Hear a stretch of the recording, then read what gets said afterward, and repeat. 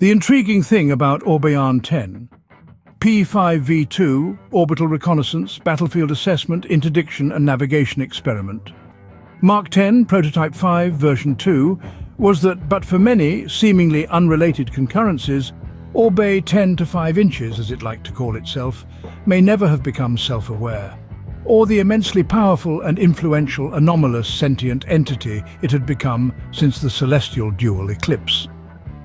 The Moranians were at a distinct disadvantage in the race for military dominance of the celestisphere and shallow orbit of Earth. Their techs and engineers has built many simple satellites in Global Conflict 1. Although many of these were no more than orbiting radio or low-band radar networks with a limited ability to maneuver for a divine wind conclusion to a Ditosian basic satellite. Ditos possessed a few viable disruption decoy and resupply satellite carracks and freight stations, as well as celestial-capable craft and small armed explorer vessels which had reached Romulamus and Remulomus, the Earth's two moons. Arguably, Rushka was a more looming threat. The military dictatorship that was in power there under Realm Marshal Khofro had quite a viable space program that would launch swarm intruder re-entry vector missiles that would be packed with dedicated heat-shielded sub-munitions, each containing one or more Celesturmgruppe assault pioneer breach trooper. The Orbaiane initiative was an attempt to compensate for the lack of magic assistance and inferior technology.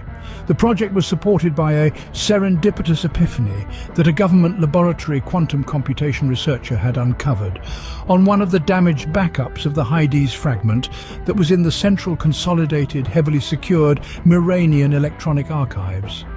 The coding information was a collection of most of the basic programming languages from pre-ancient Earth.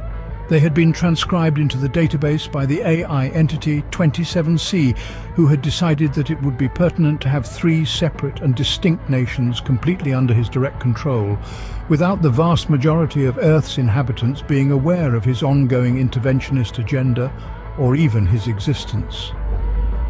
27C had also given the Moranians a convergence protocol to run that would enable more intricate tasks to be performed by the relatively primitive circuitry, allowing 3 levels, active, passive and neutral, of comparative analysis of enacted action and resulting predicted outcome, and a mirrored alternate calculation of inaction and consequences, and another separate sequence of creative complex J-cubed algorithms aimed at the most unlikely last resort action and the unlikeliest of presented conditions or circumstances.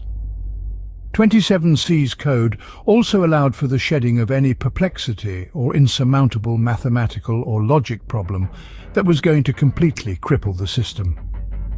27C had been a bit too clever for his own good.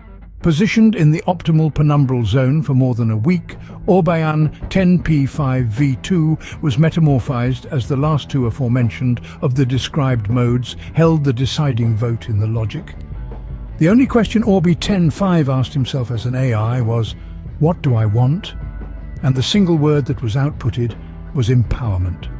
Waves of unfiltered bright lilac and black intercosmos, born magical energy, initiated the very simple, digitally calculated will to be enacted. The result was a powerful Animanomality, a nemesis to 27C.